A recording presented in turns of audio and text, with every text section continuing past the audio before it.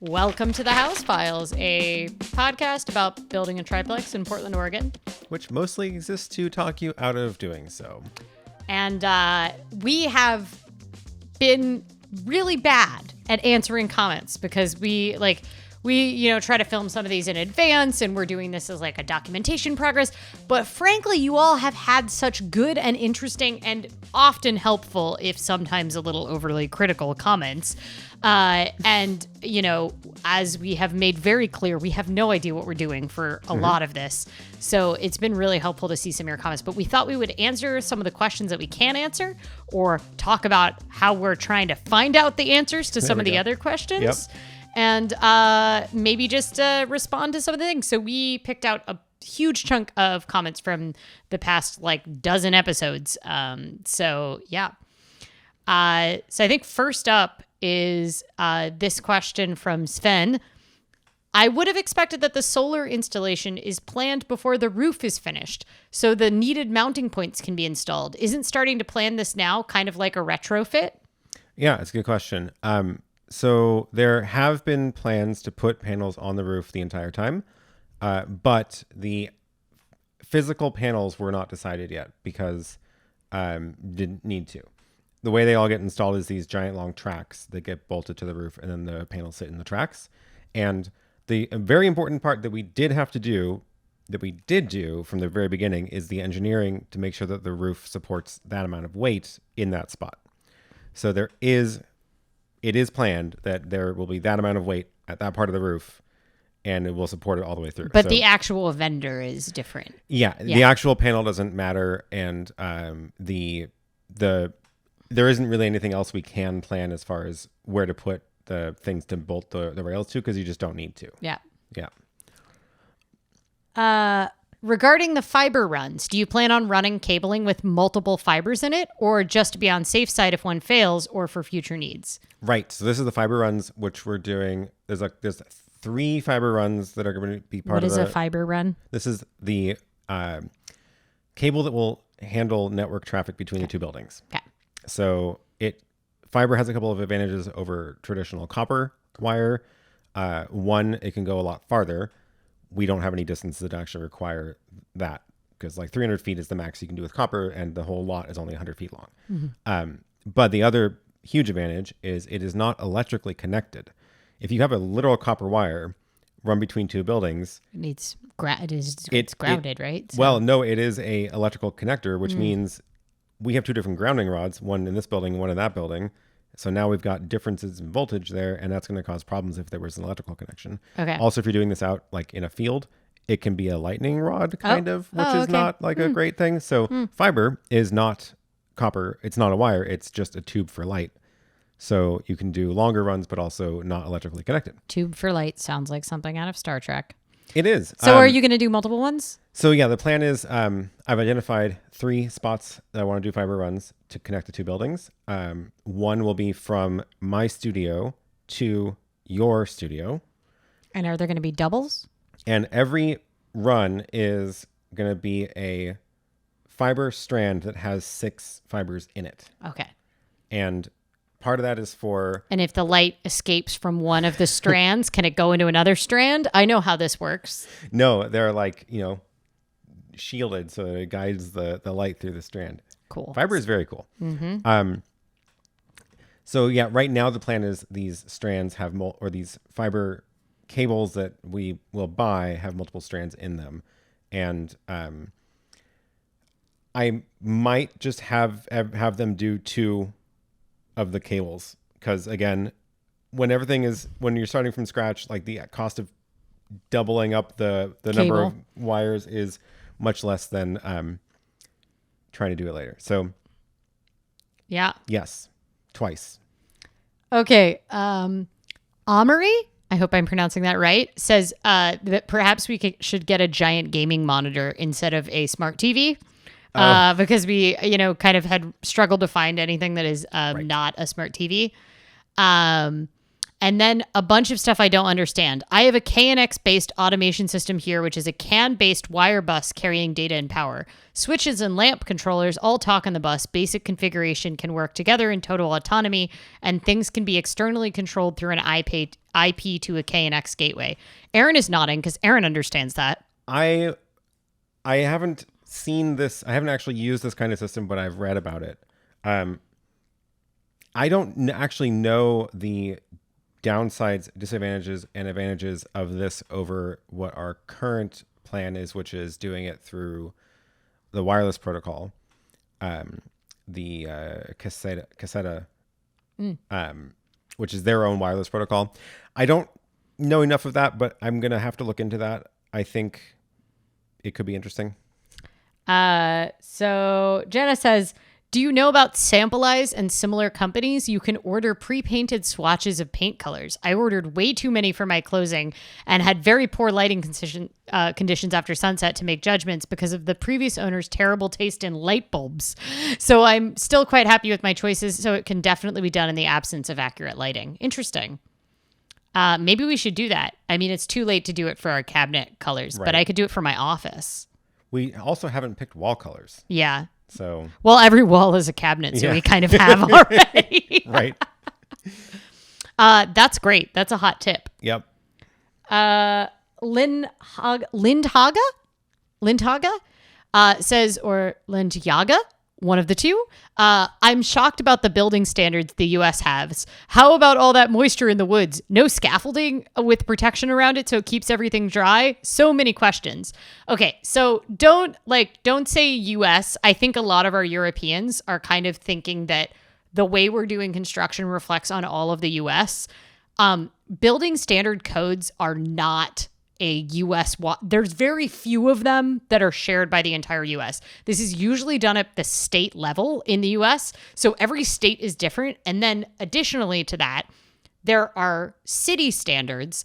And then on top of that, the type of construction significantly changes what kind of requirements you have. There would be physically no place to put scaffolding on our lot. We are a single family home lot. I know that especially Europeans all think that American lots are these huge suburban lawns, but we are in a city.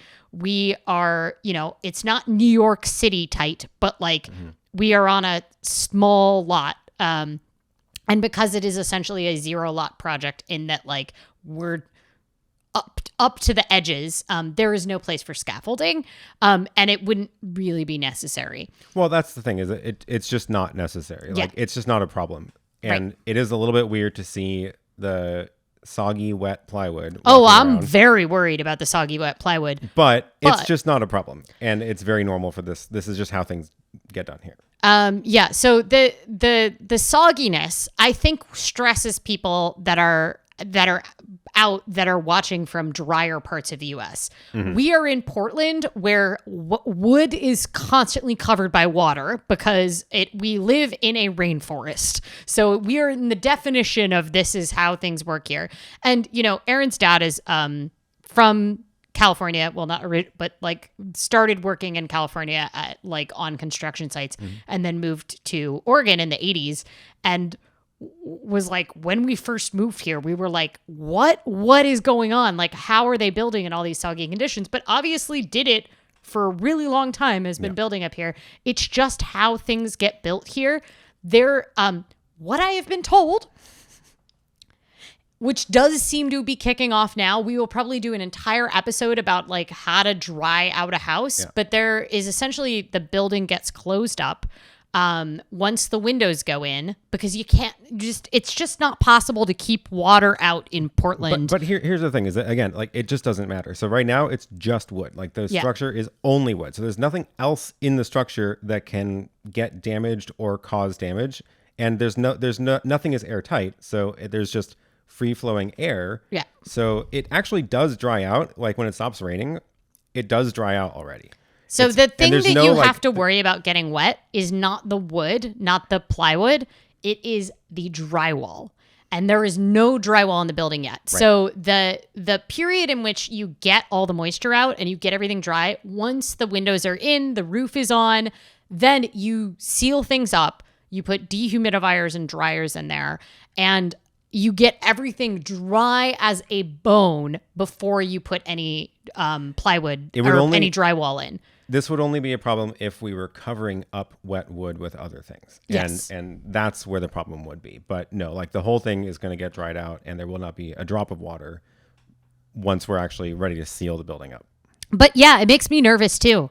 This is why I said it's our soggy plywood castle. Yep. I mean, but this is just how how building works. It is not possible to keep rain away in the Pacific Northwest. We wouldn't be able to build things if we had to wait we for would dry have weather. We would have 3 weeks of building weather in the Pacific Northwest. It's just how it works. But yes, so that's like all of the questions. Historic Home Plans, who is actually our architect and Aaron's uncle, said, I had a cork floor in my design office in California around 16 years back, and I really loved it. It muted the sound in the space, was soft underfoot, and looked lovely. One thing is that it lightened considerably over the course of about 3 years when it was receiving direct sunlight, so it became quite uneven in color throughout the space. Personally, I like that kind of natural variation, but it's not for everyone. I believe we got our cork from Green Building Supply. We also used natural linoleum, not vinyl, in another part of the space, which was similar in its qualities. That was from a company called Forbo Marmoleum. So yeah, that's the thing about linoleum that I think a lot of people think linoleum is that like vinyl that is made to look like linoleum, but linoleum is actually a natural like flooring. It's one of the oldest types of flooring, and is quite a good natural flooring. And we thought about linoleum. The reason we didn't go for linoleum or cork, and we're firmly decided against the cork now, as firmly as we've been decided on anything, is partially that variation, which can also happen to linoleum from the sun, because we are going to have quite uneven sun in like our entryway and everything, because we have these big weird windows. But the other reason is that the cork is not great in this wet Pacific Northwest. That was one of the things that we heard. Even though it's sound dampening, it isn't. It kind of has some absorption to the cork, and that isn't necessarily the best in a very soggy place that is has the risk of mold. So that's why we ended up deciding not to go with the cork. We are going with bamboo. Someone's going to have to try to talk me out of that at this point. In our unit, and then we were doing LV luxury vinyl plank in the other 2 units, which hope we don't regret. James has this very long comment, but the main thing is that for rentals, don't use fancy showers. Faucets, which we ended up deciding to do when we went through all the plumbing. We essentially what we got was from build.com. One thing we didn't really realize, I did not know how much variation there is in shower systems and cost, because we went to look at Kohler because we were like, it's a place with faucets, and we didn't know that everything we were looking at was like a $700 piece, including like the things that go behind that you don't even see are more expensive. I didn't know how many parts go into the wall for a shower. So many also, parts. There's like 3 different ways that can work, and they all have weird names. So yeah. Yes. And then James also said, make sure all your water shutoff valves for the toilet sink are the quarter turn style. They are much more reliable than the multi-turn washer style. That's a good point. I like the quarter turn ones a lot more. I don't know what any of that means, but sure. If you're going to turn off if you want to turn off the water to the toilet, do you have to turn it twist until it finally shuts off? Or the one that just goes boom? I have never known that there's a variation that's like built in. I just thought that some of them kind of sucked, and then that is good to know. So we got a lot of comments on our gas stove video. Mostly a lot of people congratulating us for our decision. But several years ago in my city, I remember a house exploding due to a gas leak. There was nothing left of the house, and the 2 houses next to it were quite destroyed too. The explosion was heard many blocks away. The event basically horrified me enough to never get a gas stove. Oh my gosh. Yes, I get it. I keep thinking about the fact that gas explosions and gas leaks are always what are used in like spy movies when they're trying to like explain away explosions. And so I feel like I don't want anything in my house that they Could be part of a spy movie. Yeah. Or like they could use to cover up the assassination of me by the state. Yeah. That seems right. It's so funny. Today we met your parents and they were on their way out and then texted us and they were like, oh, your dad is, we're going to be late. Your dad is airing out the house because he left the stove on. And I was like, and Aaron was like, that's not safe. That's why gas stoves aren't safe. And my mom said only for old people. But that's the thing is just, I don't want a stove that like has no errors of, yeah. Okay. Yeah, it's terrifying. There were a lot of people who had comments about how you need special pots and pans for induction. For us, it doesn't matter. Almost all of our stuff is already rated for induction because I don't like to get things that aren't real metal anyway. I've long been anti nonstick. So, and we use a lot of cast iron. Something that someone pointed out, though, that I had not thought of is you can get these thin Teflon liners and just lay them on the induction stove.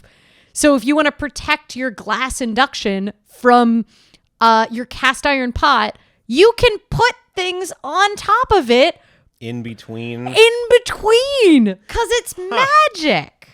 So magic stove. All right. Sven had an absolutely, we completely agree with this. What I hate about modern electric stoves, no physical controls anymore. I want a knob to turn and switch it off. No touch buttons where I have to first select the hob and then push another touch button many times to change the temperature. And then it starts beeping when I wipe it down because help, water is on me, help. Yeah. Oh my gosh. I totally agree with this. And I have been wondering if we should reconsider the actual stovetop we're getting because of this. And the one we found is like, I'm okay with the interface. There's like 4 separate sections for each burner and it's just like tap on the number of the setting you want. Some of the ones that we looked at that were actually a lot more expensive had a full-on Android device in the stove with a color touchscreen. Absolutely not. No, I do not want to have to update the operating system of my stove ever. I'm just remembering in Silicon Valley, the television show where he hacked everybody's smart fridges to like flick people off in their like ice dispenser. And I feel like I don't want a stove that can be hacked remotely. Yes, agreed. But there are some that actually do have physical knobs and they're more expensive. They're actually not that much more expensive. I was looking at it the other day. Are you sure? Yeah, they were almost the same price. But here's the one thing I did realize. Because we're getting the cooktop by itself, not as part of like a single unit thing, we're getting like this panel that you drop into the counter, which means where are the knobs going to be? They're going to be on the surface, not like on the front. Yeah. Right. And what that does mean is that there will be, wherever the knobs are, there was one that had like 4 knobs on the side. Now you can't drag pots off in that direction because they're kind of in the way. Yeah. So yeah, I don't know.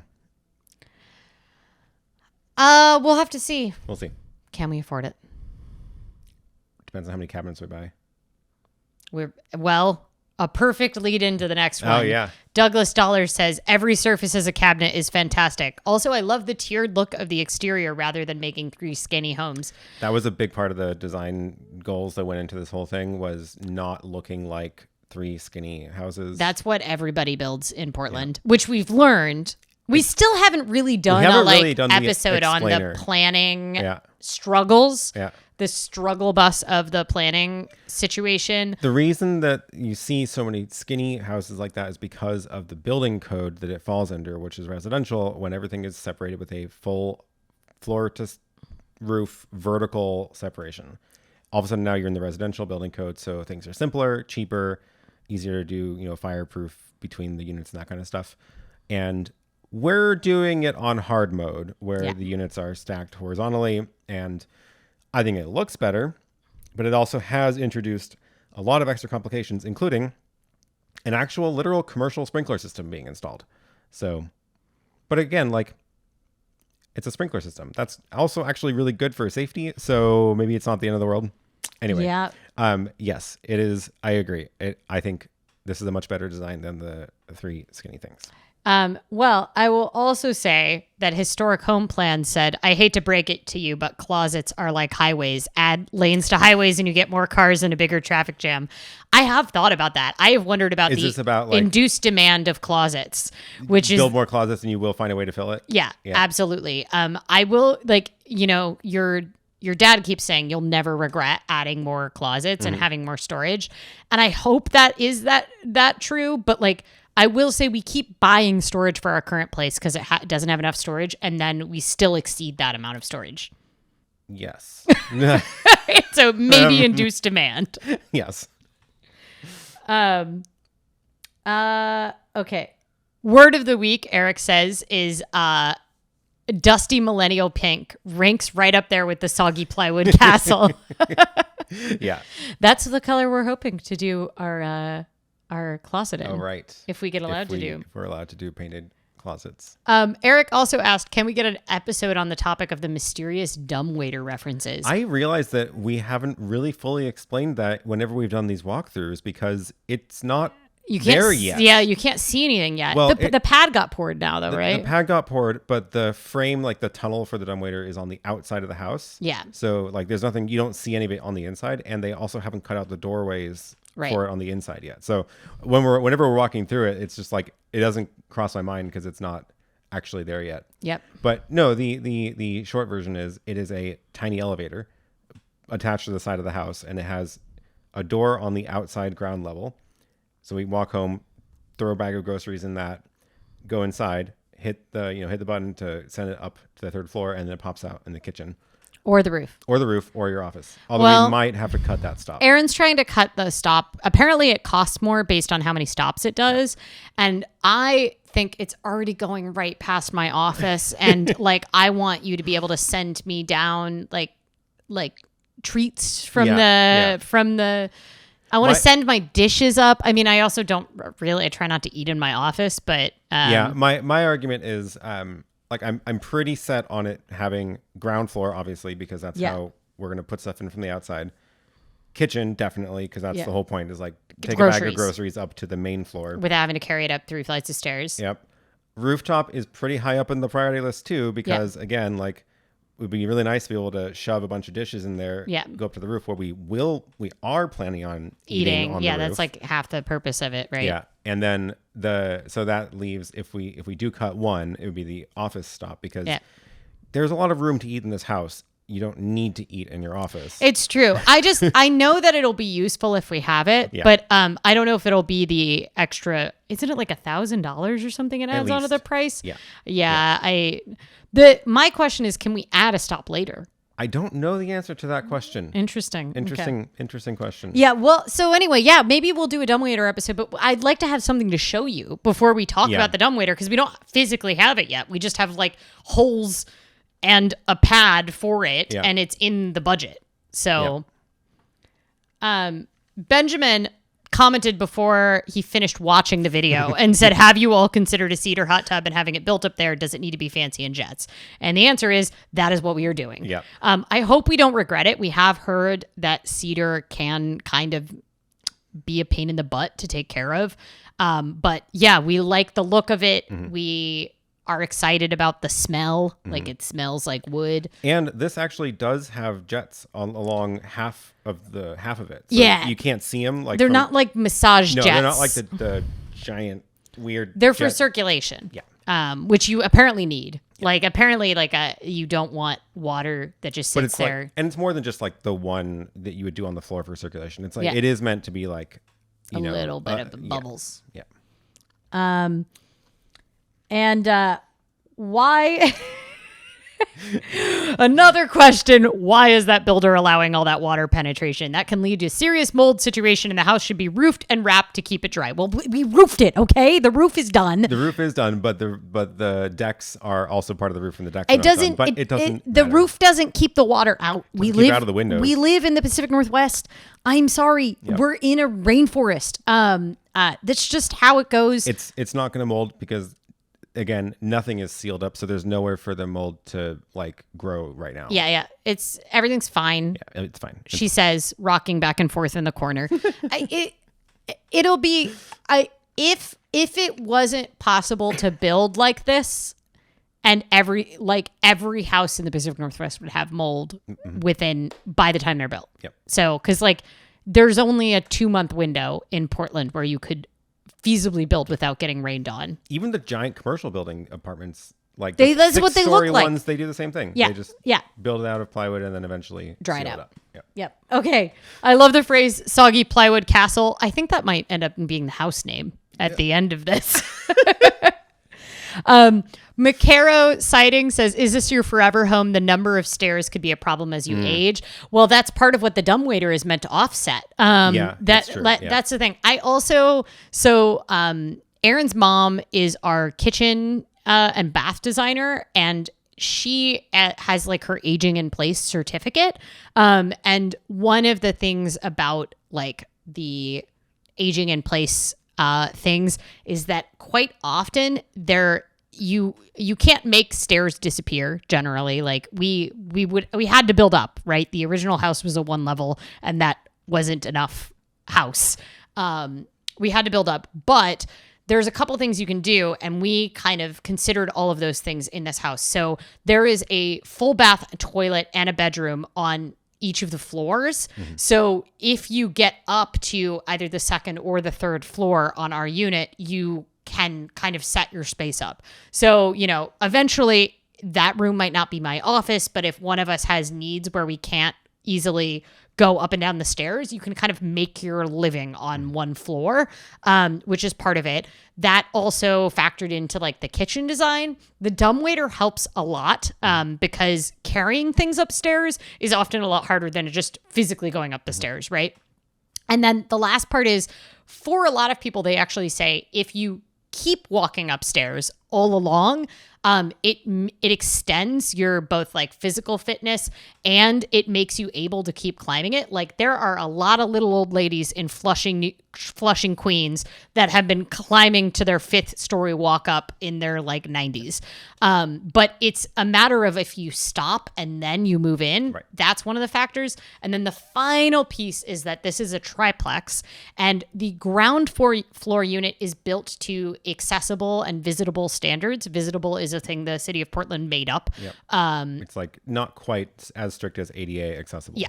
But that one is all on one unit, no stairs. That was actually a very intentional design goal for this as well, which was that is street level. You walk in from the street, same level, and then all of that unit is on that one floor. Yeah. And it does not have stairs in it at all. So that's like, I don't know, backup plan. Yeah. Or also potentially for like if we have family members as they age that maybe we want to have closer to us, they could have their own unit in the house that is more accessible. But like back up, if something really changed and we needed that accessibility, we could move into the lower unit.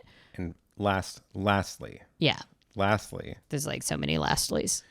There is one other way to solve this problem, which I have stumbled across when I was researching dumbwaiters, which is in-home elevators, which sounds bananas, but it's actually kind of cool.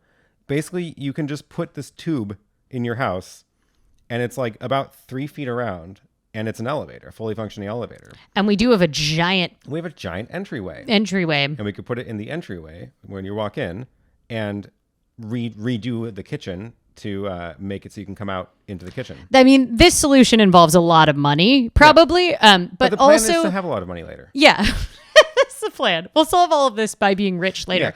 Yeah. I will also say that I do think tools for retrofitting homes and making them more accessible will significantly change in the next 20, 25 years. Even things like the chair lifts that you can install in stairways and stuff like that, those have come a long way in the past 15 years. So I'm hoping with aging, we will be able to make choices that we'll have transporters by then, and we just beam ourselves across between the floors. Correct. Yeah. No, not we will be living in a post-apocalyptic world and climate change will mean we never leave the house anymore. Yours is the optimistic version. Yeah. Mine is the realistic one. Okay.